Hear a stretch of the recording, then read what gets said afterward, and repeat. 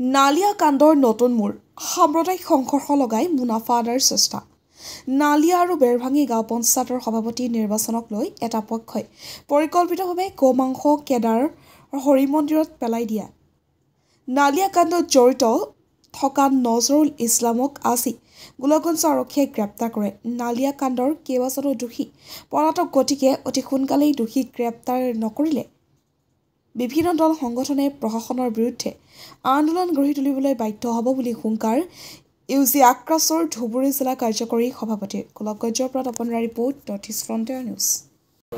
আমাৰ গোলকগঞ্জৰ অন্তৰ্গত নালিয়া কেদাৰ হৰি মন্দিৰত গৌ মাংসক কেন্দ্ৰ কৰি যিটো অপ্ৰীতিকৰ ঘটনা ইতিমধ্যে সৃষ্টি হৈছে, এই ঘটনাৰ লগত জড়িত এজন ব্যক্তিক জানিব পৰা মতে নজৰুল হক নামৰ এজন ব্যক্তি, তেওঁক ইতিমধ্যে আটক কৰিছে পুলিচৰ লগত। আমি গোলকগঞ্জ আৰক্ষীৰ লগত কথা পাতি গম পালোঁ। আৰু এই ইয়াৰ লগত এজন ব্যক্তিক আটক কৰিছে নজৰুল হক নামৰ। আৰু তাৰ লগতে ইতিমধ্যে আপোনালোকে জানে, আমি অৱগত কৰিব বিচাৰিছোঁ যে এই ঘটনাটো গোটেই নালিয়া অঞ্চল নহয়, গোটেই অসমতে এটা বিশৃংখলতাৰ সৃষ্টি কৰিছে। আৰু ইয়াৰ যিখিনি আমি আৰক্ষীৰ লগত আলোচনা কৰি গম পালোঁ যে নালিয়া আৰু বেৰভাঙি পঞ্চায়তৰ যি সভাপতি নিৰ্বাচন, এই নিৰ্বাচনক লৈ কেন্দ্ৰ কৰি এটা চক্ৰই এই ঘটনাটো সংঘটিত কৰিছে।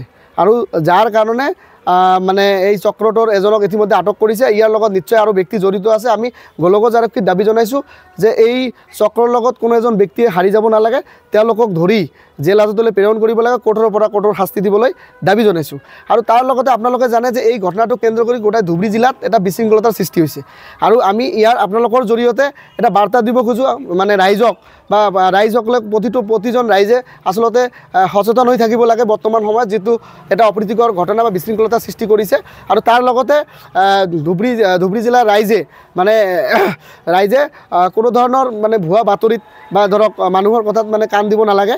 আচলতে যিহেতু কোনোবা এটা চক্ৰই নিজৰ স্বাৰ্থ সিদ্ধিৰ কাৰণে এই ঘটনাটো সংঘটিত কৰিছে। আৰু ইতিমধ্যে পুলিচে উদ্ঘাটন কৰি এজনক আটক কৰিছে। আৰু ইয়াৰ লগত নিশ্চয় বহুতো ব্যক্তি জড়িত আছে, তেওঁলোকক পুলিচে খুব কম সময়ৰ ভিতৰত গ্ৰেপ্তাৰ কৰি জেল হাজতলৈ প্ৰেৰণ কৰিব বুলি আমাক আশ্বাস দিছে। আৰু যদি নকৰে তেতিয়াহ'লে আমি জাতীয় দল সংগঠনে, অবিভক্ত গোৱালপাৰা আক্ৰাসী বিভিন্ন জাতীয় দল সংগঠনে ইয়াৰ ওপৰত নিশ্চয়কৈ আমি আন্দোলনৰ কাৰ্যসূচী গণতান্ত্ৰিকভাৱে ল'বলৈ বাধ্য হ'ম।